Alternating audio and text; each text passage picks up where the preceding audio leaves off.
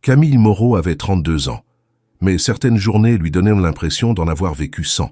Dans son modeste appartement du quartier Montplaisir, à Lyon, elle menait une vie rythmée par les horaires d'école, les factures à payer et les histoires du soir racontées à sa fille de 6 ans, Élise. Depuis le départ brutal de son compagnon, alors qu'elle n'était encore qu'au début de sa grossesse, Camille avait appris à tout faire seule. Non pas par bravade ou par goût de l'indépendance, mais parce qu'elle n'avait eu d'autre choix que de devenir, à la fois, le roc et le refuge de sa fille. Leur logement était petit, sans extravagance, mais rempli de chaleur. Les murs arboraient des dessins aux couleurs hésitantes, signés Élise en lettres mal formées. Une étagère bancale croulait sous les livres pour enfants et les romans qu'elle empruntait à la médiathèque, lus tard le soir quand le silence redevenait roi. Le parquet grinçait, les radiateurs toussaient, mais c'était chez elle. Camille travaillait comme assistante administrative dans une école primaire, à une quinzaine de minutes à pied. Elle y arrivait chaque matin avant 8 heures, les bras chargés de dossiers, le visage serein malgré les cernes. Ses collègues l'appréciaient pour sa discrétion et sa fiabilité, bien qu'elle restât en retrait lors des pauses et des déjeuners. Elle ne parlait presque jamais d'elle-même, préférant écouter les récits des autres. Beaucoup ignoraient qu'elle élevait seule un enfant. Élise, vive et curieuse, semblait porter en elle la lumière que sa mère tentait de préserver malgré les ombres. Chaque jour, elle posait 1000 questions, riait pour un rien et transformait les fins de journée en petites fêtes. Camille s'efforçait de faire du quotidien un terrain d'amour et de sécurité. Elle n'avait pas grand-chose, mais elle savait l'une l'autre, et la plupart du temps, cela suffisait. Mais lorsque décembre s'installait et que les vitrines s'illuminaient de guirlandes dorées, quelque chose se fissurait. Les rues de Lyon devenaient féeriques, les marchés de Noël envahissaient les places, les gens semblaient plus pressés, plus heureux, plus entourés. Et Camille, elle, sentait en elle un vide plus grand que d'habitude. Les souvenirs d'un amour trahi, l'absence d'un avenir partagé, l'injustice d'avoir dû tout affronter seule, tout cela se faisait plus lourd. Chaque soir, après avoir couché Élise, elle s'autorisait un moment de silence, assise près de la fenêtre, un thé à la main. Elle regardait la ville briller sous les décorations, les couples marcher bras dessus bras dessous, les familles rire ensemble. Une mélancolie douce, tenace, s'installait en elle. Elle n'enviait pas vraiment les autres, mais elle se demandait si elle connaîtrait un jour ce genre de bonheur tranquille. Elle se le refusait sans doute, persuadée que ce n'était pas pour elle. Les contes de fées n'arrivaient pas aux femmes comme elle, pensait-elle. Les mères célibataires n'avaient non pas le luxe de rêver.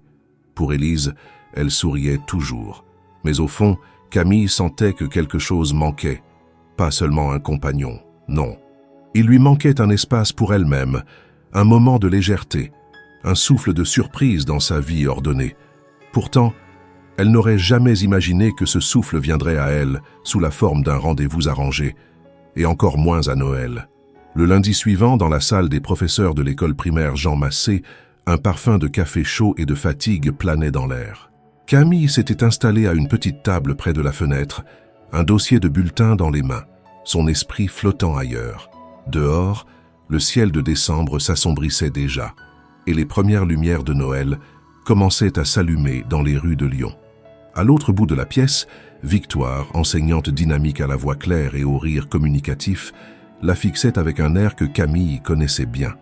C'était ce regard mi-sérieux, mi-comploteur qu'elle adoptait chaque fois qu'elle avait une idée un peu folle derrière la tête. « Camille, dit-elle soudain, en s'asseyant face à elle sans invitation, « j'ai une proposition. Avant que tu ne dises non, promets-moi au moins d'écouter. » Camille leva les yeux, un sourire déjà fatigué aux lèvres. « Je sens que je vais regretter de dire oui. Peut-être. Mais peut-être pas, » répondit Victoire avec ce ton enjôleur qu'elle utilisait parfois avec ses élèves. Voilà, samedi soir, il y a un dîner, un genre de rencontre de Noël. C'est discret, sympa, dans un très bon restaurant. Pas une soirée bouffe, pas un speed dating ridicule. C'est organisé par une amie à moi, et les invités sont triés sur le volet. Je veux que tu y ailles. Camille secoua doucement la tête. Tu sais très bien que ce n'est pas pour moi, ce genre de choses. Je n'ai pas le temps, ni la tête à ça. Et puis, Élise, ta mère peut la garder, non? Ou même ta voisine. Je t'ai déjà entendu dire qu'elle t'adorait. Camille, franchement, ce n'est qu'un dîner, rien de plus. Tu mérites au moins une soirée pour penser à toi. Une seule. Et je vais me pointer là-bas, seule, Pour m'asseoir en face d'un inconnu? Non merci, j'ai dépassé l'âge de jouer à ces jeux. Victoire se pencha un peu plus vers elle, la voix soudain plus douce. Je ne plaisante pas, Camille.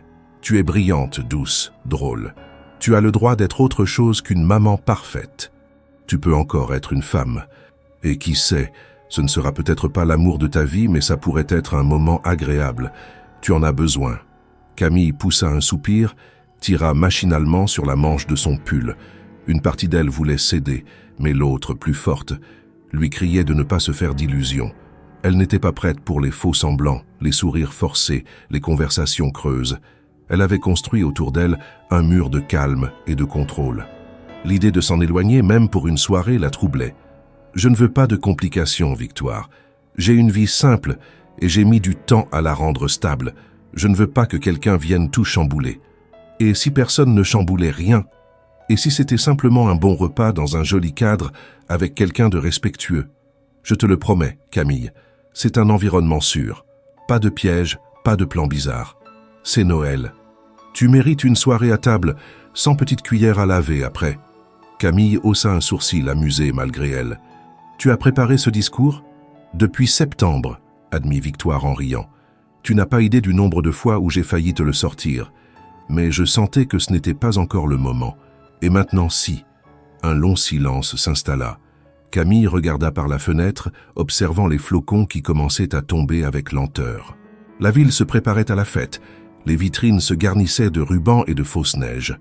Partout, les gens semblaient s'autoriser un peu de magie. Peut-être, juste peut-être, elle pouvait en faire autant. Une soirée, un dîner, rien de plus. Très bien, souffla-t-elle. Mais à une condition, tu me promets que ce ne sera pas étrange. Pas de photos, pas de musique ringarde, pas de type bizarre qui me demande combien j'ai de points de fidélité au supermarché. Victoire leva la main comme pour prêter serment. Promis. C'est un dîner dans un endroit magnifique. Et le type est normal, gentil, même un peu réservé, paraît-il. Il a juste besoin d'une pause, comme toi. Tu le connais? Victoire marqua un temps. Disons que j'ai entendu de très bonnes choses sur lui. Fais-moi confiance, je m'occupe de tout. Tu n'as qu'à te pointer samedi à 20h. Je t'enverrai l'adresse et le nom de la réservation. Et Camille. Merci. Camille esquissa un sourire hésitant, encore incrédule d'avoir accepté. Elle sentait déjà le poids de l'incertitude, mais aussi une drôle de légèreté, comme si quelque chose venait de bouger, imperceptiblement, dans le cours bien réglé de ses journées. Le reste de la semaine passa dans une sorte d'étrange attente. Chaque jour, Camille pensait annuler. Elle rédigeait mentalement des messages pour dire qu'elle ne viendrait pas. Mais elle ne les envoyait jamais. Chaque soir, Élise, avec son intuition enfantine, remarquait quelque chose. « Tu vas quelque part ce week-end » demanda-t-elle un soir pendant qu'elles dessinaient ensemble. « Peut-être » répondit Camille en haussant les épaules. « Un dîner. Tu vas porter ta robe verte, celle qui te fait ressembler à une fée ?» Camille rit, touchée par la naïveté de la question. Elle n'était pas une fée. Elle n'était même pas sûre d'être à la hauteur de quoi que ce soit d'autre qu'une mère fatiguée. Mais peut-être que cette robe, oubliée au fond de l'armoire, pouvait reprendre vie pour une nuit. Le samedi arriva plus vite que prévu. À 19h45, Camille se regarda dans le miroir de l'entrée. La robe verte lui allait encore. Elle avait rassemblé ses cheveux en un chignon discret, ajouté un peu de mascara, un trait léger de rouge à lèvres. Rien d'extravagant, juste de quoi se sentir un peu différente, un peu visible. Avant de sortir, elle se pencha vers Élise, qui jouait calmement avec ses peluches. « Je ne serai pas longue, mon cœur. Mamie va rester avec toi ce soir. » Élise la regarda, sérieuse, comme si elle comprenait l'importance du moment. « Amuse-toi, maman. » Sur le trajet, Camille se sentit nerveuse. Elle consulta l'adresse que Victoire lui avait envoyée et fronça les sourcils. Le nom du restaurant lui était vaguement familier. Le Jardin de l'Hiver, un établissement raffiné dans le vieux Lyon, réputé pour sa cuisine fine et son atmosphère feutrée. Elle se demanda ce qu'elle allait faire dans un lieu aussi prestigieux. À mesure qu'elle approchait, son cœur battait plus vite, et elle n'avait encore aucune idée de ce que Victoire avait omis de lui dire. Le vieux Lyon brillait sous les lumières de Noël, avec ses ruelles pavées bordées de lanternes et ses façades historiques, ornées de guirlandes blanches. Chaque pas de Camille résonnait dans les petites rues silencieuses, son souffle formant des nuages dans l'air froid de décembre. Elle tenait son manteau serré autour d'elle, tentant de calmer la tension qui lui nouait le ventre. L'adresse indiquée par Victoire l'avait mené à une porte élégante en bois sombre, encadrée de vitraux givrés. Une plaque discrète indiquait le nom du restaurant, le Jardin de l'Hiver. Elle hésita un instant, se demandant si elle devait vraiment franchir cette porte. L'endroit respirait le luxe, mais un luxe tranquille, sans ostentation. Derrière les vitres, elle devinait des nappes blanches impeccables, des chandeliers à la lumière douce, des serveurs en veston noir glissant entre les tables avec une aisance calculée. Tout semblait trop raffiné, trop loin de son quotidien. Mais elle inspira profondément, s'obligea à penser que ce n'était qu'un dîner, puis poussa la porte. L'intérieur était encore plus impressionnant. Un parfum subtil d'herbes fraîches et de bois flottait dans l'air. Une musique classique jouait en fond, assez bas pour ne pas déranger les conversations. Le maître d'hôtel, un homme à l'allure stricte mais au sourire professionnel, s'approcha dès qu'elle entra. « Bonsoir, madame. Vous avez une réservation ?»« Oui, je crois. Camille Moreau. Enfin, c'est un rendez-vous arrangé. Peut-être au nom de... » Lefebvre coupa l'homme avec un léger hochement de tête. « Suivez-moi, je vous prie. » Ce nom ne disait rien à Camille. Elle se contenta de le suivre, le cœur battant. En traversant la salle, elle sentit quelques regards se poser sur elle. Était-ce son hésitation, sa robe trop simple, ou simplement son air de ne pas appartenir à ce monde? Peu importait. Elle avait promis à Victoire qu'elle essaierait. Ils atteignirent une table légèrement à l'écart, à l'angle d'une baie vitrée donnant sur une cour intérieure décorée de branches de sapin et de lumière blanche. Un homme était déjà assis, vêtu d'un costume sombre impeccable, la chemise légèrement déboutonnée au col, sans cravate. Il leva les yeux à son approche et se leva aussitôt. Camille s'arrêta net. Il n'était pas simplement élégant. Il dégageait une présence, un calme, une assurance presque irréelle. Sa traits étaient au familier, trop pour être anodin. Elle l'avait vu quelque part, dans un article, un journal télévisé, peut-être même sur une couverture de magazine. Il s'agissait de Julien Lefebvre, un nom qu'elle n'avait pas associé jusqu'à maintenant.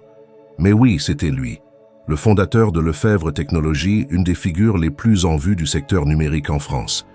Un homme dont on parlait pour ses innovations, sa fortune, ses prises de parole. Un homme qui, par sa simple réputation, semblait à des années-lumière de son quotidien. « Bonsoir Camille », dit-il avec un sourire chaleureux. « Je suis content que vous soyez venue. » Elle resta figée, les yeux écarquillés, incapable de masquer sa surprise. « Je crois qu'il y a une erreur, balbutia-t-elle. Je suis désolé, je ne devais pas. »« Vous êtes bien Camille Moreau ?» demanda-t-il sans perdre son calme. Elle hocha la tête, encore confuse. « Alors c'est parfait. Victoire m'a parlé de vous. Pas de panique, je sais que ce n'est pas ce que vous attendiez. Moi non plus, à vrai dire. » Elle ouvrit la bouche, mais aucun mot ne sortit. Julien fit un signe au serveur, indiquant que tout allait bien, puis invita Camille à s'asseoir. « S'il vous plaît. Juste un dîner, rien d'extraordinaire. Vous pouvez partir quand vous voulez, évidemment. » Elle s'installa lentement, encore sous le choc. Julien Lefebvre. Pourquoi lui? Pourquoi ce cadre somptueux? Pourquoi Victoire lui avait-elle caché ce détail? « Je crois que je devrais partir, dit-elle, la voix basse. « Je comprendrai, répondit-il sans broncher. Mais permettez-moi de vous dire une chose. Je ne suis pas ici pour jouer à un jeu mondain. J'ai accepté cette soirée à contre-cœur. Des amis pensent que je devrais rencontrer des gens normaux. Je ne sais pas ce que cela veut dire exactement. Mais vous avez l'air normal, dans le bon sens du terme. Le ton n'était pas condescendant. Au contraire, il semblait sincère, presque maladroit. Camille sentit une tension étrange se relâcher. Il ne jouait pas un rôle, et elle-même, bien qu'encore sur la défensive, ne se sentait pas moquée ou manipulée. Victoire m'a assuré que ce serait simple, léger.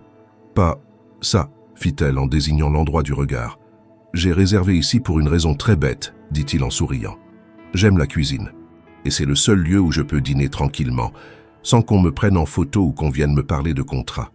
Elle le regarda, cherchant des signes d'arrogance, de prétention. Il n'y en avait pas, juste une forme d'honnêteté tranquille, et peut-être, derrière ses yeux clairs, une solitude qu'elle reconnaissait, même si elle portait un costume bien plus cher. « Très bien, » souffla-t-elle, « mais je ne promets rien. Je suis venue à reculons. Si vous me parlez d'argent ou de start-up, je pars. »« Marché conclu, » répondit-il avec un petit rire. « Et moi, si vous me parlez de budget de cantine ou de fournitures scolaires, je ferai pareil. » Un sourire involontaire naquit sur les lèvres de Camille. Le serveur apporta les cartes.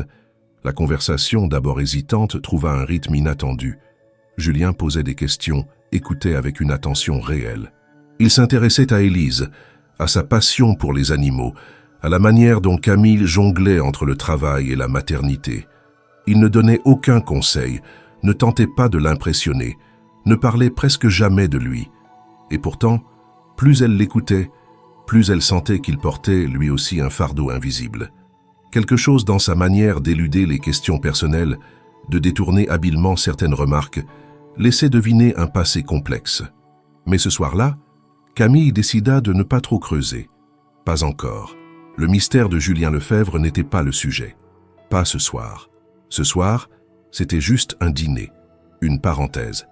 Un moment improbable entre deux mondes que tout séparait, sauf, peut-être, une certaine forme de lassitude partagée. Lorsque le serveur se retira, laissant sur la table 2 verres de vin soigneusement servis, Camille resta un instant silencieuse, le regard perdu dans la lumière douce du chandelier. Elle n'arrivait pas à croire à ce qui lui arrivait. Le simple fait d'être assise dans ce lieu raffiné, face à un homme aussi médiatisé, aussi éloigné de sa réalité quotidienne, lui donnait le sentiment de vivre une sorte de parenthèse suspendue, sans repère familier. Pourtant, au lieu de se sentir flattée ou impressionnée, elle se sentait profondément mal à l'aise. Julien Lefebvre, ce nom qu'elle n'associait jusqu'alors qu'à des gros titres économiques ou à des photos de gala, semblait bien réel, bien humain. Trop, peut-être, et cette proximité inattendue perturbait ses défenses. « Vous semblez ailleurs », dit-il calmement. Elle le regarda, piquée de honte de s'être laissée aller à tant de pensées. « Je suis juste surprise que vous soyez là, que vous soyez... vous, en fait. Ce n'est pas le genre de personne que j'imaginais pour un rendez-vous arrangé par une collègue d'école. » Julien sourit avec une certaine amertume. « Ce n'est pas le genre de situation que j'imaginais non plus. Honnêtement, je me suis fait piéger, mais gentiment. Un ami, convaincu que je vis comme un ermite, m'a inscrit à cette soirée rencontre déguisée. Je lui ai dit que je n'avais ni le temps ni la patience, mais il a insisté. Et puis, il m'a parlé d'une femme différente. Quelqu'un d'authentique. Je ne savais pas que c'était vous, mais maintenant que je le sais, je ne regrette pas. » Camille pinça les lèvres, incertaine de ce qu'elle devait ressentir. Elle voulait lui demander ce qu'il attendait exactement. De la compagnie, une aventure, une distraction dans un agenda trop vide d'émotions sincères, elle craignait d'être un divertissement dans une existence trop calibrée. Mais il n'y avait dans ses paroles aucune trace de supériorité ou de calcul. « Je ne suis pas certaine de comprendre ce que vous cherchez, Julien, » dit-elle enfin, « et je ne suis pas vraiment sûre d'avoir envie de le savoir. Je suis venue ici parce qu'on m'a convaincu de faire une pause. Pas pour plaire, pas pour séduire. Je ne suis pas ce genre de femme. » « Je ne cherche pas ce genre de femme, » répondit-il sans hésiter. « J'en ai rencontré suffisamment pour comprendre que ça ne mène nulle part. Ce que je veux, c'est un moment de vérité, même bref, même imparfait. » Le ton était simple, mais la sincérité qu'elle y perçut l'étonna. Elle n'était pas naïve. Elle savait que les mots pouvaient être choisis avec soin, surtout par des hommes habitués aux négociations et aux discours publics. Pourtant, ce qu'il disait ne sonnait pas comme une performance. La soirée continua avec une légèreté prudente. Camille, encore sur la réserve, accepta de parler un peu de sa vie. Elle évoqua Élise, sans entrer dans les détails douloureux. Elle parla de son travail à l'école, de ses journées rythmées entre les tâches administratives et les petits drames des enfants. Julien l'écoutait, vraiment.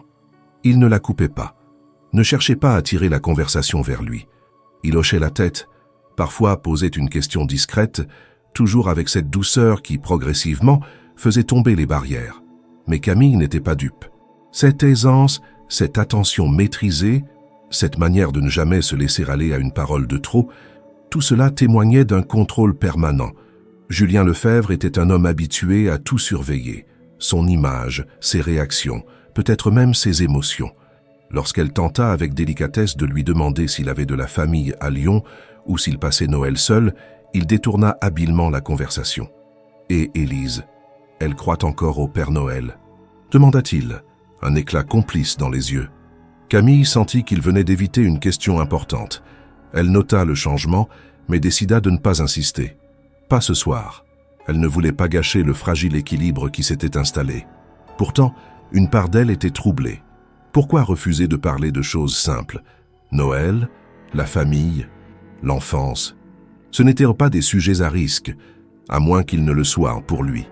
Le dessert fut servi. Camille n'avait pas vu le temps passer. La crème brûlée devant elle était délicatement caramélisée, l'arôme de vanille flottant doucement jusqu'à elle. Julien observait sa réaction, visiblement amusé. « Vous regardez ce dessert comme si c'était une trahison. »« Non, répondit-elle en souriant. Juste que je n'ai pas l'habitude de finir un repas sans devoir faire la vaisselle ou nettoyer les miettes sur le sol. » Ils rirent tous les deux, sincèrement cette fois.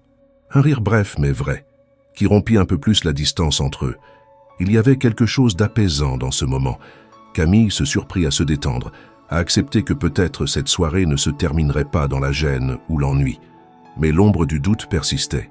Elle ne savait pas encore si Julien était un homme blessé ou simplement distant par choix. Elle ne savait pas non plus pourquoi Victoire avait pensé qu'ils seraient compatibles. Il y avait trop de zones d'ombre, trop de non-dits. Et pourtant, une étrange curiosité naissait en elle, malgré sa prudence naturelle. Elle voulait comprendre cet homme, non pas pour s'en approcher, mais pour savoir ce qu'il cachait derrière cette façade de calme parfait. Quand le dîner toucha à sa fin, Julien ne proposa pas de prolonger la soirée. Il ne suggéra pas de marcher un peu, ni même d'échanger leurs numéros. Il demanda simplement si elle voulait qu'un taxi soit appelé pour elle. Elle refusa poliment. « Je préfère marcher un peu, ça me permet de réfléchir. »« Je comprends, » répondit-il, « et je vous remercie d'être venu.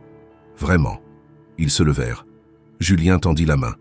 Camille hésita une seconde, puis la serra. Sa poigne était ferme, mais pas autoritaire. Un geste simple, sans attente. Elle se retourna, prête à partir. Mais à mi-chemin de la sortie, elle se retourna une dernière fois. « Julien ?» dit-elle. Il releva les yeux.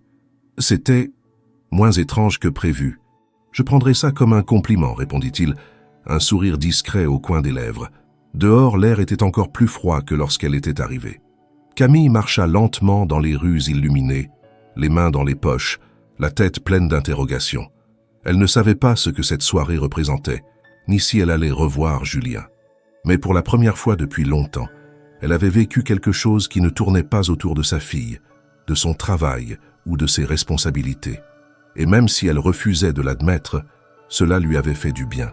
Dans les jours qui suivirent ce dîner singulier, Camille eut du mal à remettre de l'ordre dans ses pensées. Le quotidien reprit sa place, implacable comme une horloge bien réglée. Les devoirs d'Élise, les réunions à l'école, les courses à faire, les repas à préparer, tout s'enchaînait comme toujours. Et pourtant, quelque chose flottait dans l'air, un écho discret de cette soirée inattendue au jardin de l'hiver. Elle n'en parla à personne, pas même à Victoire. Elle savait que cette dernière l'interrogerait avec son enthousiasme habituel, lui tirerait les moindres détails, et Camille n'était pas prête à mettre des mots sur ce qu'elle-même ne comprenait pas encore. Julien Lefebvre. Le nom résonnait dans son esprit chaque fois qu'elle ouvrait un journal, ou qu'elle passait devant une vitrine, où un écran diffusait des chaînes d'information. Elle découvrit qu'il était omniprésent dans les actualités économiques, cité pour ses innovations technologiques, ses investissements stratégiques, ses déclarations calculées. L'image publique du PDG était nette.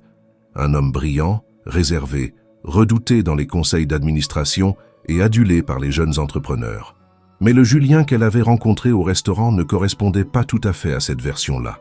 Ce soir-là, il avait été attentif, presque doux. Il avait parlé peu de lui, mais jamais avec arrogance. Et c'est précisément ce silence, ce refus de se livrer, qui restait en suspens dans l'esprit de Camille. Ce n'était pas de la simple discrétion. Il y avait autre chose, une retenue, un poids invisible. Elle y avait repensé en détail.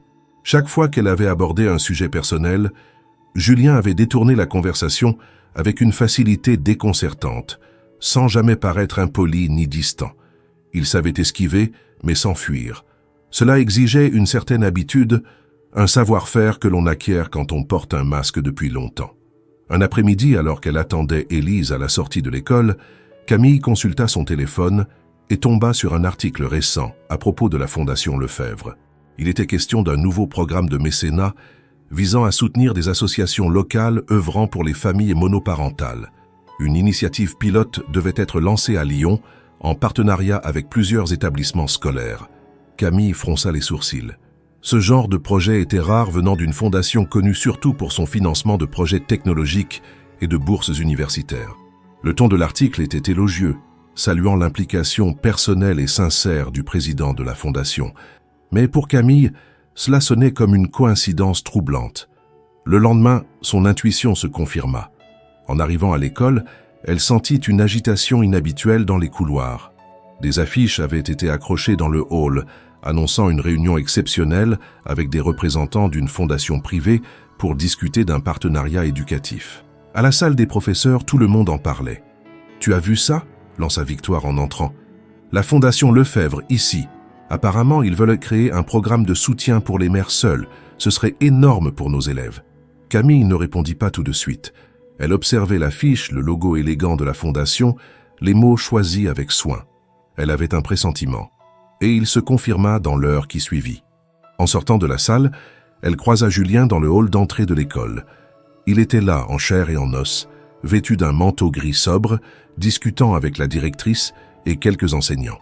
Lorsqu'il la vit, il s'interrompit brièvement, esquissa un sourire sincère, puis reprit sa conversation comme si de rien n'était.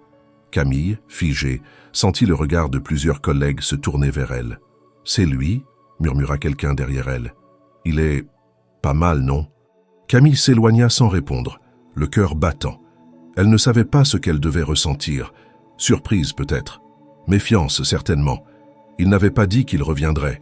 Il n'avait pas évoqué le moindre lien entre leur dîner et ce projet social. Et maintenant, il apparaissait dans son lieu de travail, impliqué dans un programme qui, par un hasard trop parfait, touchait directement son quotidien. La réunion fut organisée le jour même, dans la bibliothèque de l'école. Julien présenta la vision de sa fondation avec calme, professionnalisme. Il parla de reconnecter les sphères sociales, de donner une chance réelle aux familles isolées.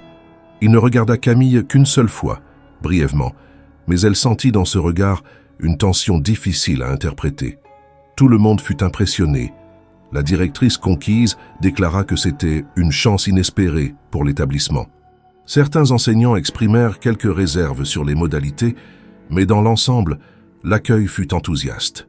Camille, elle, restait en retrait. Elle n'intervint pas. Elle savait que ce geste, aussi généreux qu'il puisse paraître, la plaçait dans une position délicate. Julien avait franchi une limite sans la prévenir. Même si son projet était sincère, il exposait malgré elle sa vie privée. Très vite, les commentaires commencèrent à circuler. « Tu le connais, non ?» demanda une collègue à la pause. « On t'a vu lui parler. »« C'est une vieille connaissance ?» ajouta une autre, mi-curieuse, mi-envieuse. « C'est ton nouveau prétendant, Camille ?» plaisanta Victoire, sans se douter de l'ampleur de la gêne qu'elle provoquait. Camille répondit avec des sourires polis, sans jamais entrer dans les détails. Mais elle sentit une distance s'installer autour d'elle, une distance faite de spéculations, de jugements déguisés. Le simple fait d'avoir été vue à côté d'un homme influent suffisait à alimenter les conversations. Elle ne voulait pas de cette attention. Elle n'avait jamais cherché à attirer l'œil de qui que ce soit. Et surtout pas ainsi. Ce soir-là, chez elle, après avoir couché Élise, Camille relut l'affiche de la fondation posée sur la table de la cuisine. Elle repensait à chaque parole échangée avec Julien, à chaque silence, à chaque esquive. Elle se demanda s'il avait planifié tout cela depuis le début, s'il l'avait ciblé d'une manière ou d'une autre, ou si, au contraire, quelque chose dans leur rencontre l'avait réellement touché au point de provoquer ce geste. Mais alors, pourquoi ne rien lui avoir dit? Pourquoi revenir ainsi dans sa vie sans prévenir, sans explication, sans même une tentative de justifier cette apparition soudaine? Camille ne savait plus quoi penser, et elle savait que ce trouble ne faisait que commencer. Les jours suivants furent pour Camille un mélange d'agacement, d'incompréhension et d'une étrange forme de fatigue émotionnelle. L'apparition inattendue de Julien à l'école, la création soudaine d'un programme social lié à son propre quotidien et les regards de ses collègues pesant désormais sur chacun de ses gestes, tout cela avait bouleversé l'équilibre qu'elle s'était évertuée à construire pendant des années. Elle avait vécu tant de temps dans la discrétion, à ne jamais chercher l'attention ni la reconnaissance, qu'être soudainement au centre d'un intérêt collectif, même indirect, l'emplissait d'un malaise profond. Ce malaise s'amplifia encore lorsque, quelques jours plus tard, la directrice convoqua une réunion spéciale à laquelle Camille fut expressément invitée. L'ordre du jour, la mise en place opérationnelle du projet avec la Fondation Lefebvre.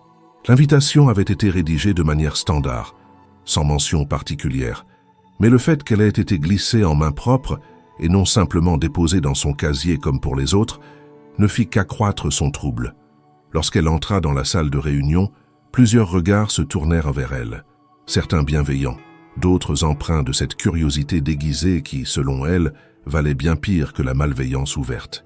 Elle s'assit en silence, salua à peine, et prit des notes mécaniquement pendant toute la durée de la présentation. Julien n'était pas présent cette fois, mais son nom revenait constamment dans la bouche des intervenants. On parlait de lui comme d'un mécène engagé, d'un homme de vision. Personne ne faisait le lien avec Camille à voix haute, mais elle sentait bien que les sous-entendus circulaient. Le soir même, alors qu'elle terminait un plat de pâtes avec Élise, la petite posa soudain une question inattendue. « Maman, c'est qui, monsieur Lefebvre ?» Camille s'immobilisa un instant, la fourchette suspendue entre l'assiette et sa bouche. Élise la regardait avec cette sincérité désarmante propre aux enfants, sans jugement, juste avec une véritable curiosité. « Pourquoi tu me demandes ça, mon cœur ?»« Parce que tout le monde en parle à l'école. Il va aider les mamans, c'est ce qu'ils disent. » Et Victoire m'a demandé si je le connaissais. Camille sentit un frisson lui parcourir le dos. Elle n'aimait pas que sa fille soit mêlée à tout cela. Elle avait toujours tout fait pour que son univers reste protégé, doux, sans les échos du monde adulte et ses complications. « C'est un monsieur que j'ai rencontré une fois, » répondit-elle calmement. « Il veut faire des choses bien, je crois. Mais tu n'as pas à t'en inquiéter, d'accord ?»« D'accord, » fit Élise, avant de se replonger dans son assiette. Mais la question avait laissé une trace. Camille comprit alors que ce qui la dérangeait le plus, ce n'était pas seulement d'être scrutée, c'était de voir sa fille entrer, même de loin, dans un cercle de tension qu'elle n'avait pas choisi. Le lendemain, elle prit donc une décision. Elle attendit la fin des classes, s'assura qu'Élise était avec sa grand-mère pour la soirée, puis se rendit à l'adresse professionnelle indiquée sur le site de la Fondation. Elle n'avait pas pris rendez-vous. Elle n'en avait pas besoin. Elle savait que Julien lui ouvrirait la porte, et il le fit. Lorsqu'elle annonça son nom à l'accueil, l'assistante lui demanda d'attendre quelques minutes. Puis Julien en personne apparut, vêtu d'une chemise claire et d'un pantalon de costume sans cravate. Il semblait surpris mais pas mécontent de la voir. « Camille, je ne m'attendais pas à votre visite. Tout va bien ?» Elle hocha la tête. « Tout dépend de ce que vous entendez par « bien ». Est-ce qu'on peut parler ?» Il l'invita à le suivre dans un petit salon privé, loin des bureaux ouverts et des regards indiscrets. Une fois installée, Camille ne perdit pas de temps. « Je ne comprends pas pourquoi vous avez fait ça, venir à mon école.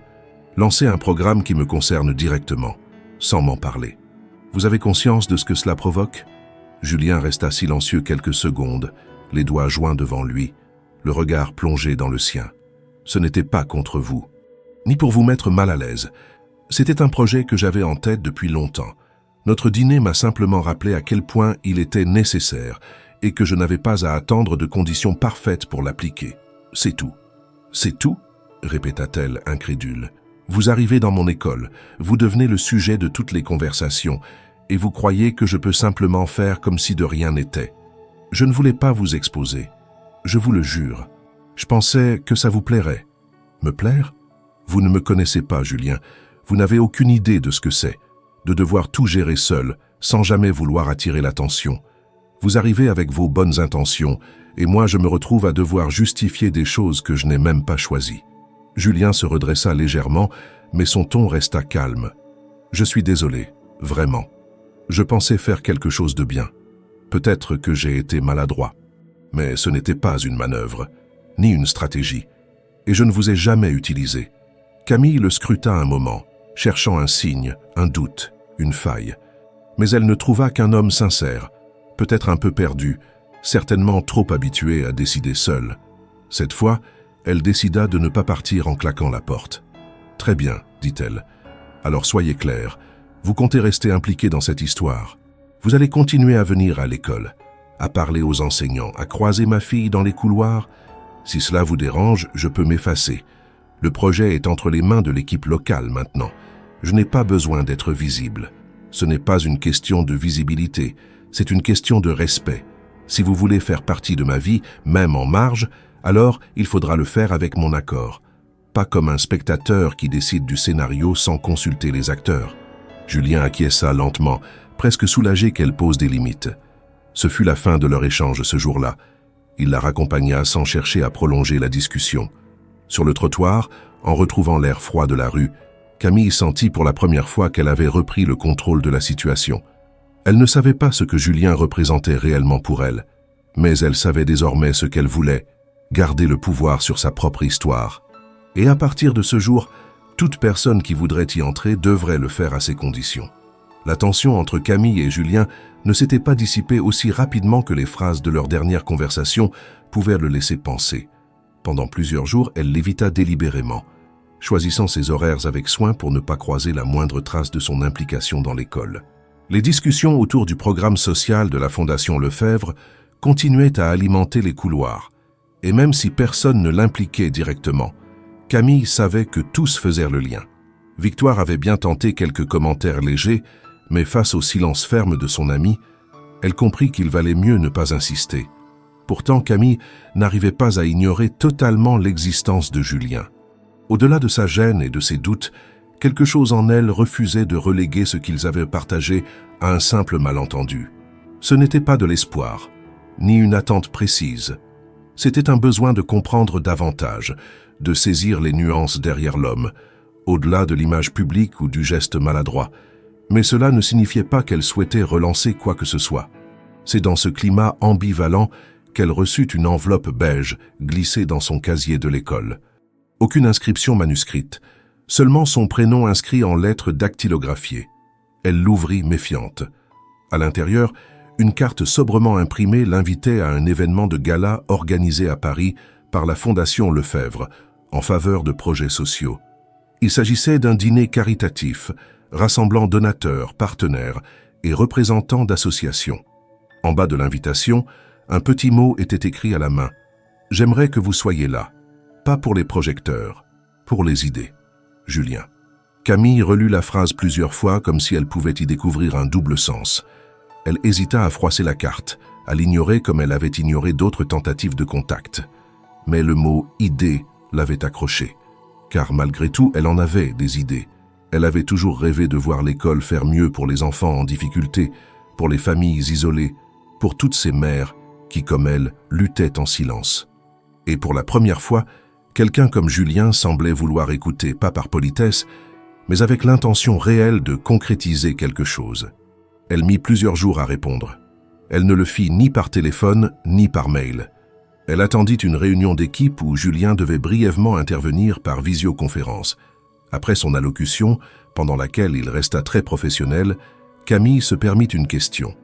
Est-ce que cette invitation était destinée à une représentante d'école ou à une invitée personnelle? Julien, derrière l'écran, resta un instant silencieux. Puis il répondit simplement « Aux deux, j'espère ». Un silence flotta dans la salle. Quelques têtes se tournèrent vers Camille, intriguées, mais elle n'y prêta pas attention. Ce fut sa manière d'accepter. Et Julien le comprit ainsi. 2 jours plus tard, elle recevait les détails du voyage. Billets de train, réservation d'hôtel et un programme du dîner. Tout était organisé avec discrétion, sans luxe ostentatoire. Ce soin, paradoxalement, lui fit plus d'effet que si elle avait reçu des bijoux. Elle décida de faire ce voyage. Élise, lorsqu'elle l'apprit, s'illumina comme jamais. « Tu vas à Paris? Tu vas mettre ta robe verte encore ?» Camille sourit, attendrie par l'enthousiasme de sa fille. Elle aurait aimé l'emmener, lui montrer la ville, les lumières, les vitrines animées. Mais ce n'était pas un voyage pour les enfants. Elle se contenta de lui promettre de lui rapporter une petite tour Eiffel en souvenir, ce qui déclencha une série de questions sur les monuments et les rues pavées. Le soir du gala, Camille se sentit de nouveau transportée hors de son monde. L'événement avait lieu dans un ancien hôtel particulier, transformé en espace culturel, au cœur du 7e arrondissement. L'endroit était majestueux sans être prétentieux. Des œuvres d'art modernes côtoyaient des boiseries d'époque, créant un contraste élégant. Les invités affluaient, tous vêtus avec une certaine sobriété chic, discutant par petits groupes, un verre à la main. Camille se sentit légèrement en décalage, mais moins qu'elle ne l'aurait cru. Elle avait choisi une tenue sobre, un tailleur noir qu'elle réservait aux rares occasions formelles, et l'assurance qu'elle avait acquise ces dernières semaines lui permettait de se tenir droite sans chercher à se faire oublier. Julien vint à sa rencontre dès son arrivée. Il ne tenta pas de l'isoler ni de lui voler un moment hors du temps. Il la salua simplement, comme si elle faisait partie intégrante de la soirée. « Je suis content que vous soyez venu. J'aimerais vous présenter à quelques personnes, si vous le permettez. Certaines pourraient bénéficier de votre expérience. » Camille acquiesça. Elle fut surprise de la manière dont il la mettait en avant, non pas comme une curiosité, mais comme une voix à écouter. Au fil de la soirée, elle échangea avec des responsables d'associations, des éducateurs spécialisés, des représentants de collectivités locales. À chaque fois, elle ne se contenta pas de politesse. Elle parla de ce qu'elle vivait, de ce qu'elle constatait à l'école, des besoins urgents, des enfants silencieux et des mères oubliées. Ces mots touchaient, car ils venaient du réel.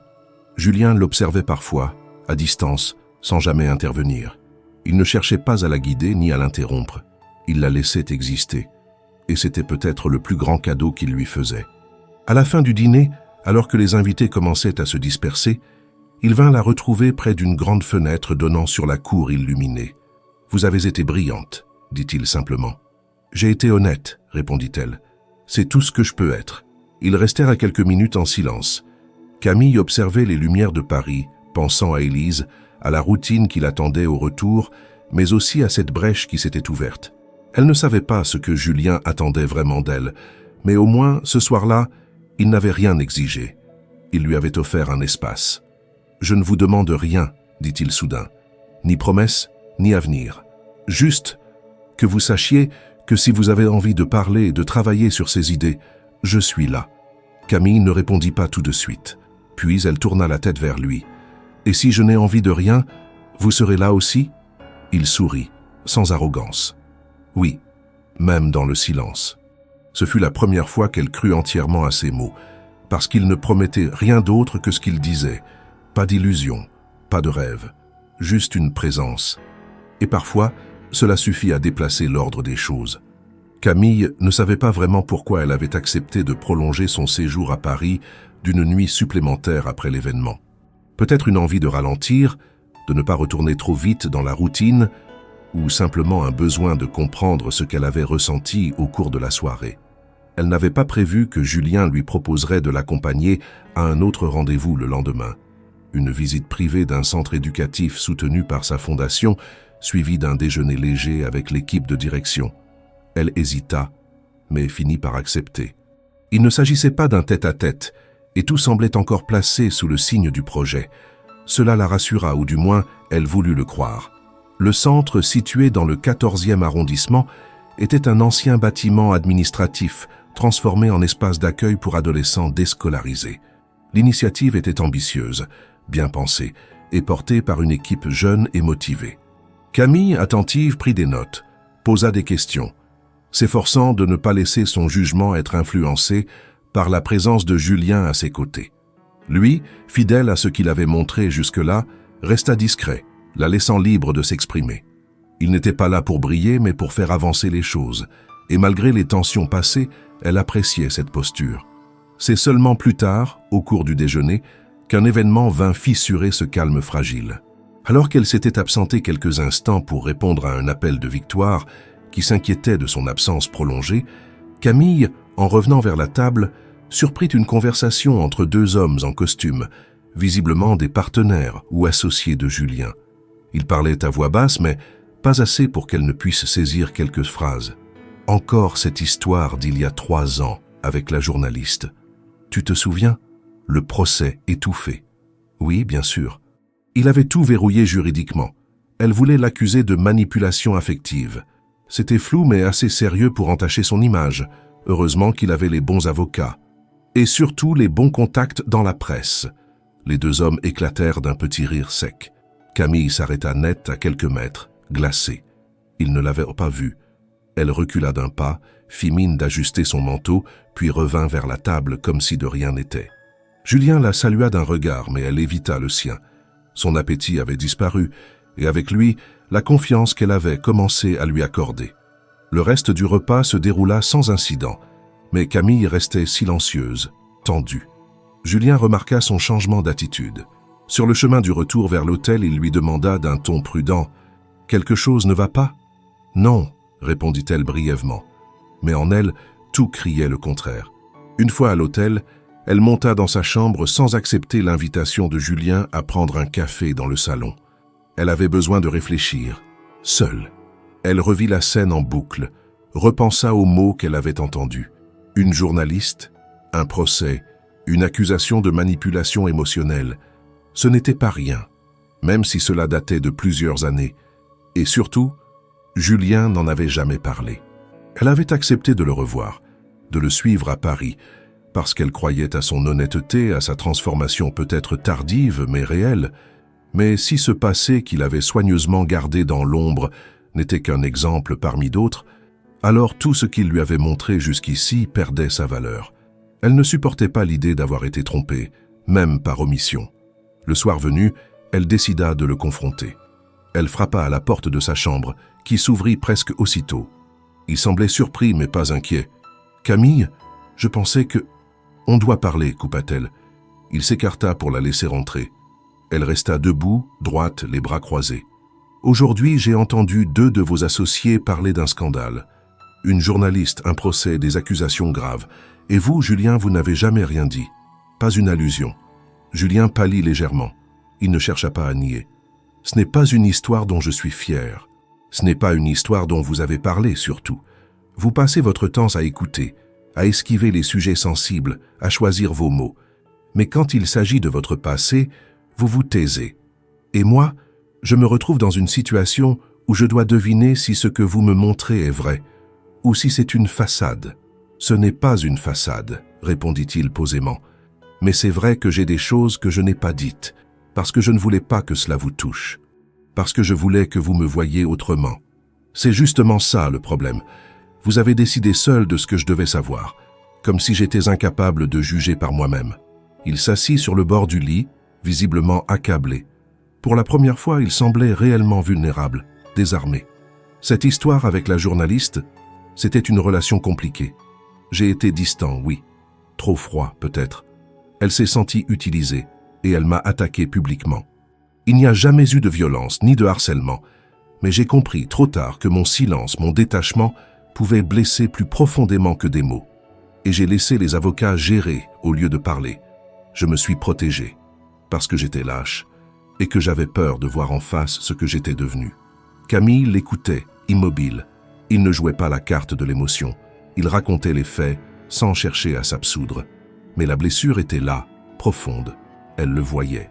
Ce n'était pas seulement une histoire ancienne, c'était un fardeau qu'il portait encore. Et moi, Julien, est-ce que vous me protégez ou est-ce que vous me manipulez aussi, d'une certaine manière ? Il leva les yeux vers elle, sincèrement ébranlé. Je ne vous ai jamais menti. J'ai simplement eu peur de tout gâcher si je disais tout.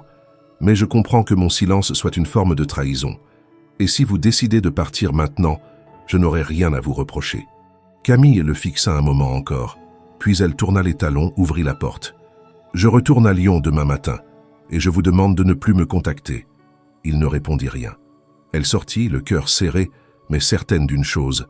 Elle ne voulait plus être spectatrice d'une histoire où elle ne connaissait pas les règles.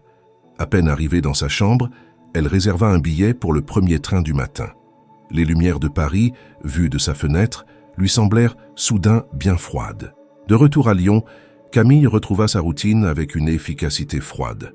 Elle se leva chaque matin, prépara Élise pour l'école, traversa les couloirs de l'établissement avec un détachement presque mécanique, puis rentra chez elle pour retrouver le silence familier de leur appartement. À aucun moment elle ne prononça le nom de Julien. Pas devant Victoire, ni devant Élise, ni même dans le secret de ses pensées. Elle s'était imposée une barrière stricte. Cette histoire était terminée. Définitivement. Du moins, c'est ce qu'elle s'efforçait de croire. Mais son corps, lui, ne parvenait pas à mentir aussi bien. Elle dormait mal. Des rêves confus la hantaient, dans lesquels des visages flous disaient des choses qu'elle n'entendait pas, et où des regards silencieux semblèrent la suivre jusque dans les coins les plus banals de sa vie. Elle se surprenait à repenser à certains détails. La manière dont Julien l'avait laissé partir sans insister, le tremblement imperceptible dans sa voix lorsqu'il avait parlé de sa lâcheté passée, ou encore le regard qu'il lui avait lancé ce soir-là, dans cette chambre d'hôtel, comme s'il savait qu'il ne la reverrait plus. Élise, sensible aux émotions de sa mère malgré son jeune âge, finit par poser la question qu'elle redoutait. « Tu es triste, maman ?» Camille tenta de sourire. « Non, ma chérie, juste un peu fatiguée. C'est à cause de Monsieur Lefebvre ?» Elle ne répondit pas tout de suite. Elle ne voulait pas que sa fille porte le poids d'une histoire d'adulte. Mais l'innocence de sa question ne laissa pas de place au mensonge. « Peut-être un peu, admit-elle doucement. » Élise, dans un élan de tendresse, se blottit contre elle sur le canapé. « Tu veux que je lui écrive une lettre pour lui dire de te rendre heureuse ?» Camille la serra fort, émue, touchée et bouleversée à la fois. Ce n'était pas une question de lettres, ni même de mots. C'était une question de confiance. Et cette confiance avait été brisée.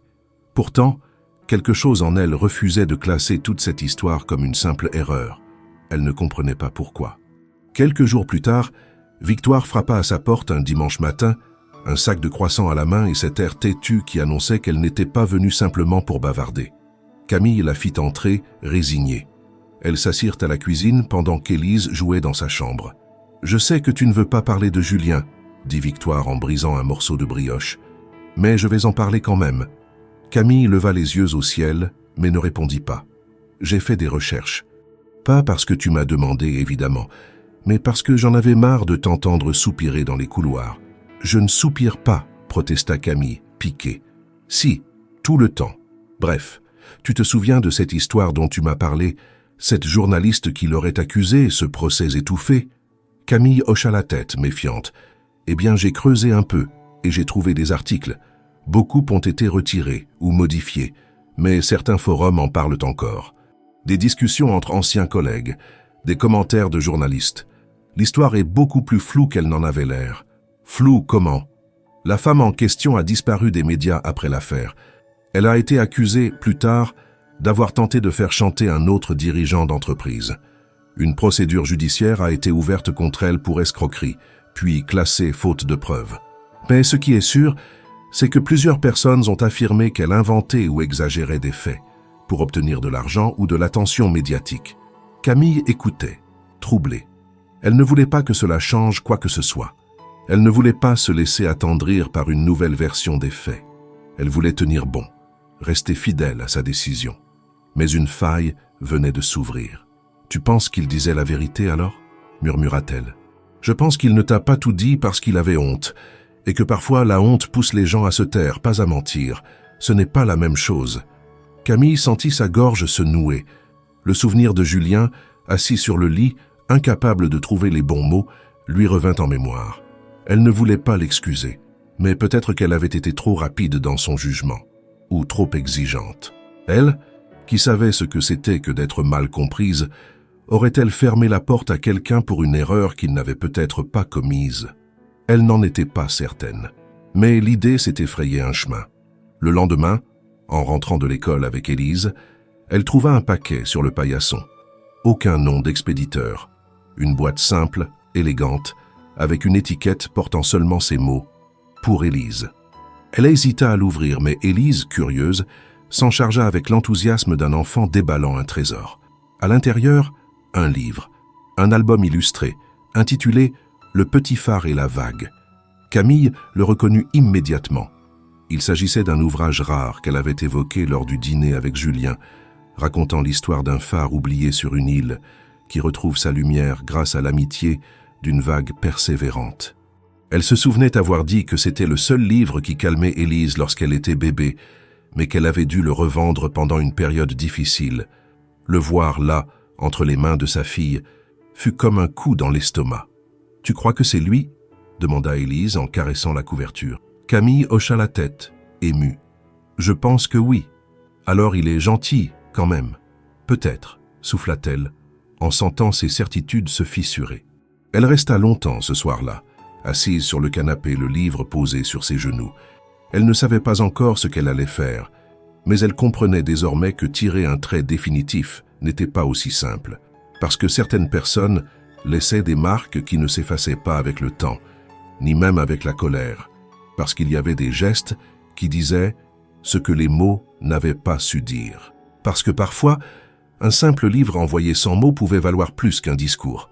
La veille de Noël arriva dans un mélange de lumière dorée et de fatigue accumulée. La ville de Lyon, drapée dans ses plus beaux habits d'hiver, s'animait sous les guirlandes suspendues au-dessus des rues commerçantes. Les vitrines débordaient de jouets, de chocolats et de décorations, et les enfants, excités, tiraient leurs parents par la main à chaque coin de rue.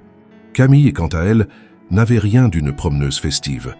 Elle courait d'un point à un autre, les bras chargés de paquets de dernière minute, jonglant entre les courses, les préparatifs du repas chez sa mère et la gestion d'une Élise débordante d'énergie. Tout cela avait un goût de déjà-vu, et pourtant, cette année, quelque chose était différent. Depuis la réception du livre, Camille n'avait pas eu de nouvelles de Julien. Aucune relance, aucun message. Ce silence, loin de la soulager, l'avait peu à peu troublée. Elle s'attendait à une tentative de reconquête, à une explication, à des excuses. Mais il n'y avait rien eu. Et c'est précisément cette retenue, cette absence de stratégie qui l'avait forcé à repenser à tout. Peut-être qu'il avait compris. Peut-être qu'il avait respecté sa volonté de couper le lien. Peut-être qu'il était sincère, finalement. Et peut-être que c'était justement cela, la preuve qu'elle attendait. Ce 24 décembre, Camille devait assister à la représentation de Noël organisée par l'école d'Élise. Les enfants de plusieurs classes participaient à un petit spectacle dans la salle polyvalente, et chaque parent avait reçu une place numérotée.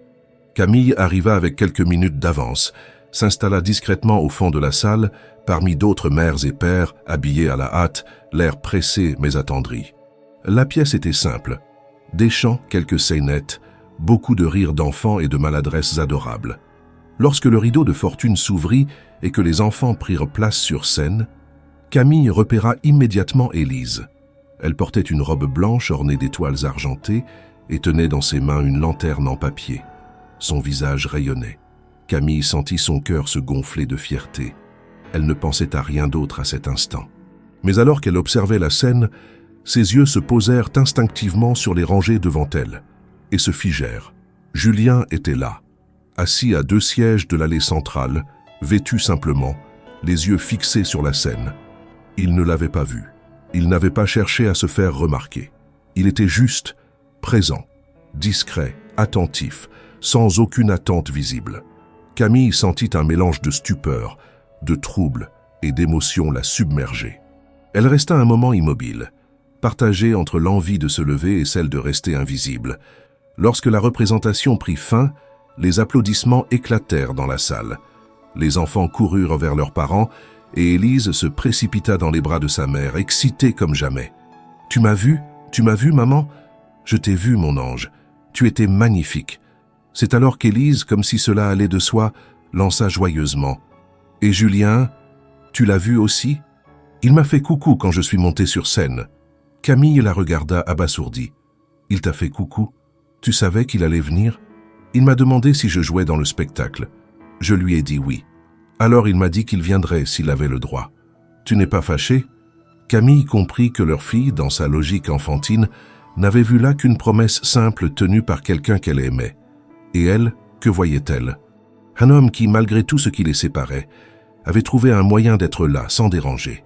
Juste être là. Julien s'approcha lentement. Il n'avait pas changé. Toujours ce calme, cette retenue, mais dans son regard, il y avait autre chose.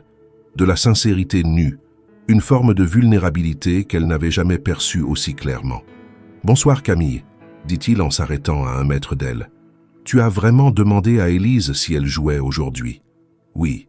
Et je lui ai demandé si je pouvais venir. Je ne voulais pas te mettre mal à l'aise.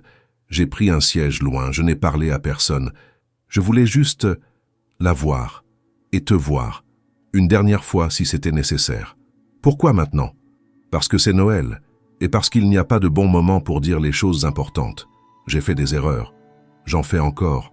Mais je ne veux pas continuer à vivre dans la peur de mal faire. Je ne veux pas me cacher derrière des gestes ou des silences. » Camille tenait toujours Élise contre elle. La petite, épuisée par l'émotion, reposait sa tête contre son épaule.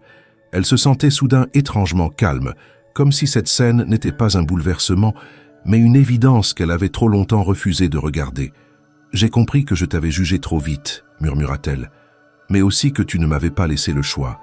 Tu voulais me protéger de ton passé, mais tu as oublié que moi aussi j'ai un passé, et que je sais ce que c'est que d'avoir honte ou peur. » Je le sais maintenant, répondit-il, et je suis prêt à t'en parler. Tout. Mon enfance, ma famille, mes erreurs. Pas pour me justifier, pour que tu comprennes qui je suis, vraiment. Si tu veux l'entendre, bien sûr. Elle le regarda longuement. Il n'y avait pas de promesse dans ses yeux, pas d'attente pressante. Juste une proposition, une invitation à le connaître sans artifice. Elle hocha lentement la tête. Pas ici, pas ce soir, mais bientôt. Je t'attendrai. Autant de temps qu'il faudra. Ils ne s'embrassèrent pas. Il ne la toucha pas. Il ne chercha pas à forcer le destin. Il recula d'un pas, puis laissa Camille et Élise retrouver leur chemin vers la sortie. Mais elle savait déjà que quelque chose avait changé. Pas dans un éclat de magie. Dans un geste, un silence, un regard honnête, un point de départ peut-être.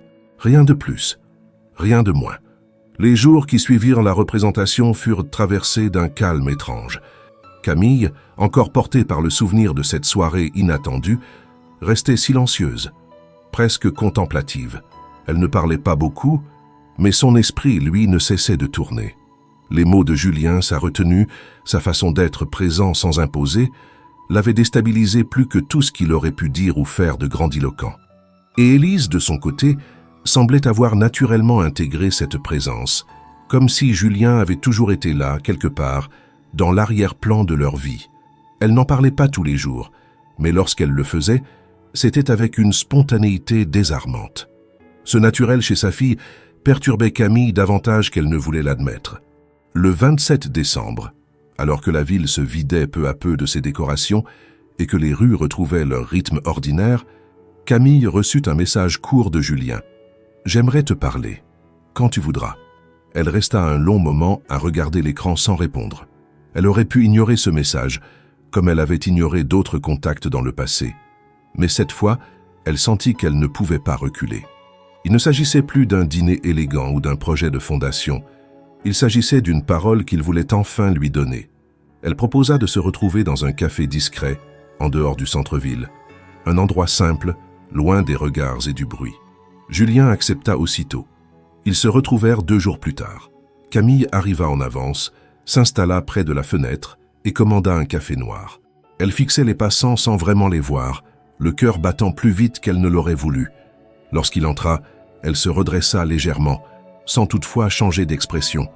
Julien s'approcha, s'assit face à elle sans chercher d'effusion. Il attendit qu'elle parle. Mais c'est elle qui rompit le silence. « Tu m'as dit que tu voulais me raconter la vérité, toute la vérité. Alors je suis là. » Julien acquiesça. Il prit une légère inspiration, comme s'il s'apprêtait à retirer un poids qu'il portait depuis longtemps. « Ce que je vais te dire, je ne l'ai jamais dit à personne de cette façon. Et je ne t'en veux pas si tu décides, après ça, de partir à nouveau. » Camille garda le silence. Il continua. « Il y a plusieurs mois, j'ai visité l'école où tu travailles. Pas en tant que président de la fondation, en tant qu'homme fatigué qui cherchait à comprendre à quoi pouvait ressembler une vie normale. J'avais entendu parler d'un petit programme local que votre établissement menait et je suis venu discrètement, sans prévenir, pour observer. Je suis entré dans la cour, j'ai traversé le hall et je suis resté un moment à écouter des enfants jouer. Et c'est là que je l'ai vue, Élise. Elle était assise par terre, seule, en train de lire à voix haute pour une peluche. Elle parlait comme si le monde n'existait pas autour d'elle, et à un moment, elle a levé les yeux et m'a souri. Un sourire sans prudence, sans attente, juste un sourire d'enfant qui accueille. Camille sentit sa gorge se serrer. Elle ne dit rien. Julien poursuivit, posément. Je ne savais pas qui elle était, mais ce sourire, il m'a frappé. C'était le genre de choses qu'on reçoit sans savoir pourquoi. J'ai demandé son prénom à une surveillante, puis plus tard j'ai parlé de toi à Victoire. Elle t'a décrit. Elle m'a dit que tu étais sa collègue, que tu élevais seule ta fille, que tu ne cherchais rien. Et c'est là que j'ai eu peur. Il fit une pause. Camille le fixait immobile. Peur de quoi? Peur que cette lumière ne soit pas pour moi, que si j'approchais, je la détruirais. Je savais que si je venais à toi avec mon nom, mon histoire, mon passé, tu me repousserais, et tu aurais eu raison. Alors j'ai demandé à Victoire de créer un contexte, une sorte de prétexte. Je ne voulais pas te tromper. Je voulais seulement une chance d'être vu autrement. Pas comme le PDG. Pas comme l'homme qu'on accuse ou qu'on admire. Juste un homme qui avait été touché par un sourire d'enfant. Camille inspira profondément, luttant contre les émotions qui montaient. Tu m'as observé, tu t'es renseigné sur moi, et tu as organisé un faux rendez-vous sans me dire que tu me connaissais déjà. Tu as fait tout ça en te disant que tu faisais bien. Non, je me suis dit que c'était la seule façon. Et peut-être que c'était une erreur, mais je n'ai rien prémédité de mal. Je ne t'ai pas approché pour te séduire ou pour me racheter une conscience. Je t'ai approché parce que, pour la première fois depuis longtemps, j'avais envie de rencontrer quelqu'un sans calcul et que je ne savais pas comment faire autrement. Le silence retomba entre eux. Dehors, le vent soufflait dans les branches nues des arbres. Camille se leva lentement, marcha jusqu'à la vitre, resta là un moment avant de se retourner. « Ce que tu as fait, Julien, c'est grave. Tu as manipulé les circonstances. Tu as volé à un moment qui aurait dû être vrai dès le début. Tu as décidé à ma place de ce que j'étais prête à accepter. Et même si tu crois avoir agi pour de bonnes raisons, tu as menti. Pas par les mots, mais par l'absence d'eux. » Il baissa les yeux sans se défendre. « Tu as raison. Mais, ajouta-t-elle, ce que je ressens maintenant, c'est que pour la première fois, tu ne te caches plus. Et je pense que je préfère cette vérité maladroite à un mensonge parfait. » Elle retourna s'asseoir. Il leva les yeux vers elle, surpris. « Tu n'es pas en train de me dire que tu me pardonnes? Non, je suis en train de dire que je veux voir ce que tu fais de cette vérité, maintenant que tu n'as plus rien à cacher, et que je ne suis plus une inconnue que tu observes de loin. » Julien ferma les yeux un instant. Lorsqu'il les rouvrit, une émotion retenue s'y lisait clairement. « Je veux tout recommencer, mais pas à zéro, avec tout ce qu'on sait déjà l'un de l'autre. Et avec tout ce que tu voudras garder à distance, je le respecterai. » Camille acquiesça. Elle ne savait pas encore si elle pourrait lui faire confiance à nouveau, mais elle savait qu'elle voulait comprendre, avec lucidité, ce lien qui s'était créé. Pas pour retomber dans les bras d'un homme, pas pour combler un vide, mais pour ne plus fuir ce qu'elle sentait en elle depuis le début, qu'au milieu du chaos peut naître quelque chose de différent. Pas parfait, mais réel. Le mois de janvier débuta sous une fine pluie constante qui semblait laver les rues de Lyon de leur reste de fête. Les vitrines retrouvaient leur apparence habituelle, les guirlandes avaient disparu, et les conversations se remplissaient à nouveau de factures, de rentrées scolaires et de projets remis à plus tard. Camille, pourtant, abordait ce début d'année avec une disposition d'esprit nouvelle. Rien n'avait fondamentalement changé dans sa vie, mais la manière dont elle percevait certains gestes, certaines attentes et surtout certaines hésitations avait évolué. Elle ne s'était pas réveillée un matin avec un sentiment de renouveau ou d'élan romantique. Au contraire, tout en elle s'ancrait désormais dans une forme de prudence solide. Mais cette prudence n'était plus un mur, c'était une porte entr'ouverte. Elle avait revu Julien 2 fois depuis leur conversation au café. La première, il l'avait rejointe à la sortie de l'école, non pas pour lui parler, mais pour l'écouter lui faire un bref résumé d'un atelier qu'elle avait mené avec d'autres mères d'élèves dans le cadre du programme de la Fondation. Il n'avait rien commenté, s'était contenté d'acquiescer et était reparti sans chercher à prolonger l'échange. La deuxième fois, c'était Camille qui l'avait appelé. Elle voulait lui faire part d'une idée pour l'amélioration d'un espace de jeu dans une structure partenaire, et il l'avait invité à venir en parler directement à l'équipe de projet, sans jamais tenter de détourner la rencontre vers un terrain personnel. Cette retenue, cette discipline qu'il s'imposait touchait Camille plus qu'elle ne l'aurait cru. Avec Élise, les choses suivaient un autre rythme. L'enfant, intuitive et sensible, acceptait la présence de Julien comme un fait naturel. Il ne venait pas souvent, mais quand il était là, il ne cherchait pas à occuper tout l'espace. Il observait, jouait parfois, répondait aux questions sans détour et savait aussi s'effacer sans promesse. Ce comportement éveillait chez Camille un respect sincère. Peu d'adultes savaient s'ajuster ainsi à un enfant sans chercher à le séduire ou à s'imposer. Julien, lui, ne forçait jamais le lien. Il le laissait se construire, petit à petit. Camille, de son côté, s'observait dans cette nouvelle dynamique avec une attention presque clinique. Elle notait ses propres réactions, ses moments de doute, ses élans de méfiance, mais aussi les instants où un certain apaisement s'installait. Elle ne cherchait plus à tout comprendre ni à tout contrôler. Elle avançait avec lenteur mais sans reculer. Cette forme de mouvement, bien qu'invisible pour le monde extérieur, représentait pour elle un pas immense. Un samedi de fin janvier, alors que la pluie battait les vitres depuis l'aube, Camille invita Julien à dîner. Rien d'extravagant, un repas simple chez elle, avec Élise, sans mise en scène. Elle voulait voir comment il s'intégrait dans leur espace, dans leur quotidien, loin des cadres neutres des cafés ou des bureaux. Il accepta immédiatement, sans poser de questions. Lorsqu'il arriva, il apporta un jeu de société adapté à l'âge d'Élise et un petit dessert artisanal qu'il avait trouvé chez un pâtissier discret du quartier. Camille, malgré elle, sourit en voyant qu'il n'avait pas choisi un gâteau hors de prix, mais une tarte rustique, bien présentée, qui rappelait les dimanches en famille. Le dîner se déroula dans une atmosphère étonnamment fluide. Élise était joyeuse, Camille détendue, et Julien attentif sans excès. Ils discutèrent de choses simples, les livres qu'Élise lisait à l'école, les habitudes de la classe, les recettes faciles à faire quand on n'a pas le temps. À aucun moment, il ne fut question de leur passé, ni de leur histoire. Ce fut peut-être cela, justement, qui rendit la soirée si agréable. Une suspension dans le temps, sans attente ni bilan. Après avoir couché Élise, Camille proposa un thé. Julien, installé dans le salon, accepta sans formalisme. Le silence s'installa, confortable. Puis au bout d'un moment, elle prit la parole. « Je ne sais pas où on va, toi et moi, et je ne veux pas me précipiter. J'ai mis des années à me reconstruire, à créer un équilibre pour ma fille et pour moi, et je ne peux pas me permettre de le compromettre pour une incertitude. Je ne te demande rien de définitif, répondit-il. Je veux juste continuer à mériter d'être là, que ce soit comme un ami, un partenaire, un soutien, ce que tu décideras. Il y a encore des choses que je dois digérer. Et parfois, je me surprends à douter, même quand tu fais tout pour me rassurer. Ce n'est pas contre toi, c'est en moi. Je le sais, Camille, et je suis prêt à marcher à ton rythme. » Il ne lui prit pas la main. Il ne chercha pas à l'embrasser.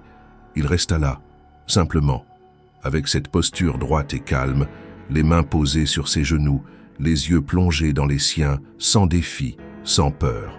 Elle comprit alors que cette lenteur, cette patience qu'il lui offrait, n'était pas une stratégie. C'était un choix, une manière d'aimer peut-être différente de ce qu'elle avait connu jusqu'à présent. À partir de ce soir-là, Julien devint une présence régulière mais mesurée. Il ne s'imposait jamais plus d'un soir par semaine. Il ne dormait pas chez elle. Il repartait toujours après que Camille avait fermé la porte de la chambre d'Élise. Il laissait des petits mots parfois, un livre sur la table, une suggestion de promenade, une photo d'un lieu qu'il aimait. Et peu à peu, Camille se rendit compte qu'elle l'attendait. Pas avec fébrilité, avec confiance. Cette confiance, d'abord fragile, se renforçait au fil des gestes, des regards, des silences partagés. Julien n'était plus ce mystère luxueux qu'elle avait rencontré dans un restaurant trop élégant pour elle. Il était un homme complexe mais sincère, qui avait fait le choix difficile d'abandonner le masque. Et elle, de son côté, ne se voyait plus comme une femme à convaincre ou à protéger. Elle était une partenaire exigeante, capable de poser ses limites, mais aussi de les déplacer lorsqu'elle le jugeait juste. Vers la mi-février, Camille reçut un appel inattendu de la directrice de l'école. Le projet de la fondation avait été retenu pour recevoir un soutien du ministère, une reconnaissance nationale. Elle tenait à la féliciter personnellement pour son rôle moteur dans le développement de l'initiative. Camille, surprise, ne sut d'abord quoi répondre, mais en raccrochant, elle pensa à Julien et à ce qu'ils avaient réussi à faire ensemble malgré les blessures, malgré les doutes. Et elle comprit que quelque chose sans tambour ni déclaration était en train de naître, lentement, mais solidement. 1 an s'était écoulé depuis ce dîner improbable dans le restaurant du Vieux-Lyon, là où tout avait commencé sans qu'aucun d'eux ne le sache réellement. 12 mois durant lesquels Camille avait cheminé lentement, refusant les raccourcis, les illusions faciles et les excuses trop polies. Elle avait observé, testé, douté, reculé parfois, puis avancé à nouveau. Et Julien, fidèle à ses paroles, était resté à bonne distance, proche sans jamais étouffer, patient sans jamais céder au renoncement. Ensemble, ils avaient créé une forme d'équilibre, un territoire discret, où ni l'histoire ni le futur n'imposaient leurs lois. Ce qu'ils construisaient ne portait pas de nom officiel. Ce n'était ni un couple au sens classique, ni une cohabitation formelle. C'était une alliance, fragile mais sincère, née d'une volonté partagée de ne plus jouer de rôle. Élise, elle, avait grandi de quelques centimètres, mais surtout de beaucoup de sérénité. Sa relation avec Julien s'était faite sans heurts. Il était devenu une figure familière, jamais envahissante. Il l'accompagnait parfois au parc, lui posait des questions sans infantilisme et s'intéressait à ses réponses sans chercher à la corriger. Camille observait cela avec une forme d'étonnement tranquille. Elle n'aurait jamais cru possible qu'un homme comme lui puisse entrer dans leur monde sans tout bouleverser. Mais il l'avait fait, sans fracas, sans grand discours, simplement en restant fidèle à ses engagements. Lorsque le mois de décembre arriva, Camille fut surprise de se sentir légère. Elle qui, les années précédentes, affrontait cette période avec une résistance silencieuse, accueillait maintenant les fêtes avec une forme de douceur inattendue. Elle décora l'appartement avec Élise, sortit des cartons les guirlandes usées, les petites boules peintes à la main, les dessins de maternelle aux couleurs passées. Julien offrit de nouvelles décorations, sobres, et Camille, d'abord réticente, finit par les accepter. Non comme un remplacement, mais comme un ajout. Une façon de dire que leur histoire pouvait s'écrire sans effacer ce qui l'avait précédé. Ils décidèrent de passer le réveillon ensemble. Pas dans un château, pas dans un hôtel, pas dans un décor de magazine. Juste chez Camille. Un repas simple, préparé à trois avec une nappe un peu tachée et des verres dépareillés. Julien proposa de cuisiner un plat de son enfance, une recette transmise par sa grand-mère, une femme qu'il avait peu connue, mais dont il gardait ce souvenir précis. Camille accepta, curieuse. Le jour venu, il arriva avec un panier rempli d'ingrédients frais, un tablier ancien brodé de ses initiales et cette lueur dans le regard qui trahissait une émotion contenue. Ils passèrent l'après-midi à cuisiner, à se chamailler doucement sur la quantité de sel, à raconter des anecdotes, à rire parfois. Élise chantonnait dans le salon, occupée à bricoler un décor en papier pour la table.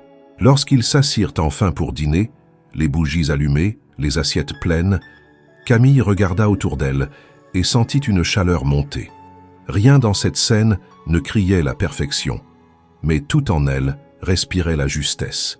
Julien leva son verre, timidement. « Je ne suis pas un homme à toast, dit-il, mais je voudrais dire quelque chose. » Camille l'observa, attentive. « Merci, pour m'avoir laissé entrer, pour m'avoir montré qu'on peut se reconstruire sans effacer ses cicatrices, et pour m'avoir fait comprendre que la confiance ne se demande pas, elle se mérite. » Il n'attendait pas de réponse. Camille, pourtant, posa sa main sur la sienne, brièvement. « Et toi, tu m'as montré qu'un homme peut être puissant sans dominer, présent sans étouffer, généreux sans se faire valoir. » Ils trinquèrent, et Élise, sans comprendre toutes les subtilités de cette conversation, leva son propre verre de jus de pomme avec un sérieux désarmant. Après le repas, ils ouvrirent quelques cadeaux. Rien de luxueux. Camille avait offert à Julien un carnet relié de cuir, vierge, accompagné d'un mot, pour écrire ce que tu ne veux plus oublier. Il en fut visiblement touché. Julien, de son côté, avait offert à Camille un livre de photographies sur les paysages ruraux français, ceux qu'elle avait évoqués un soir comme un rêve lointain de vacances. Pour Élise, il avait trouvé une boîte de crayons de couleur professionnelle et un carnet à dessin de qualité, avec un message. « Pour raconter le monde à ta façon ». La petite éclata de joie, se précipita dans ses bras et lui souffla à l'oreille un mot que Camille n'entendit pas, mais qui fit apparaître sur le visage de Julien une émotion qu'il ne chercha pas à cacher. La soirée se poursuivit dans un calme presque irréel. Pas de musique bruyante, pas d'écran allumé, juste des voix douces, des rires étouffés, le craquement discret du chauffage, et dehors, le silence de la ville endormie sous un ciel clair. Avant d'aller se coucher, Élise demanda si Julien pouvait lui lire une histoire. Il accepta sans hésiter. Camille resta dans l'embrasure de la porte, écoutant sa voix grave lire les aventures d'un petit hérisson solitaire qui découvre qu'il n'est pas obligé de piquer pour être aimé. Elle sentit ses yeux se remplir sans tristesse, juste une émotion dense, profonde, presque ancienne. Lorsque Julien referma le livre et éteignit la lumière, Élise murmura « Tu restes ce soir ?» Il regarda Camille. Elle hocha lentement la tête. « Oui, si ta maman est d'accord. »« Je crois que oui, » souffla Camille. Il ne dormit pas dans son lit. Camille le lui proposa, mais il refusa avec douceur. Il s'installa sur le canapé, sous une couverture qu'elle lui apporta elle-même. Avant d'éteindre la lumière du salon, elle resta un moment debout, le regardant s'installer. Il leva les yeux vers elle. « Joyeux Noël, Camille. Joyeux Noël, Julien. » Elle alla se coucher. Mais cette nuit-là, Elle dormit d'un sommeil profond, sans cauchemar, sans tension, un sommeil plein, un sommeil d'apaisement. Le lendemain matin, elle se leva avant le reste de la maison, fit chauffer de l'eau pour le thé, ouvrit la fenêtre sur l'air froid et observa la lumière pâle qui filtrait sur les toits. 1 an plus tôt, elle se croyait piégée dans une vie figée, sans surprise ni promesse. Elle n'attendait plus rien, et pourtant une chaîne d'événements inattendus, parfois maladroits, parfois douloureux, avait fini par lui offrir ce qu'elle n'avait jamais osé nommer, une possibilité. Pas un conte de fées, mais une histoire vraie, une histoire à 3 faite d'ajustements, de silence respecté, de lenteur assumée. Et ce matin-là, en posant sa tasse sur la table, Camille sourit à l'idée que parfois, le hasard n'a pas besoin de magie pour tout changer. Il suffit qu'il rencontre le courage de 2 êtres décidés à recommencer autrement.